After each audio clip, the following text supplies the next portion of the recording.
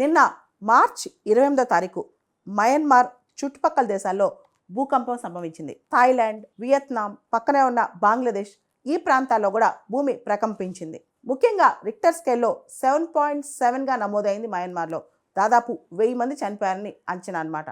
దీనికి సంబంధించి అసలు మయన్మార్లో ఈ ప్రాంతంలో గత 100 సంవత్సరాలుగా 14 సార్లు భూకంపం వచ్చింది. ఈ ప్రాంతం ఎక్కడైతే భూకంపం సంభవించిందో ఇది సెస్మిక్ యాక్టివిటీకి సంబంధించి రెడ్ జోన్లో ఉంది. చాలా డేంజరస్ జోన్ అన్నమాట ఇది.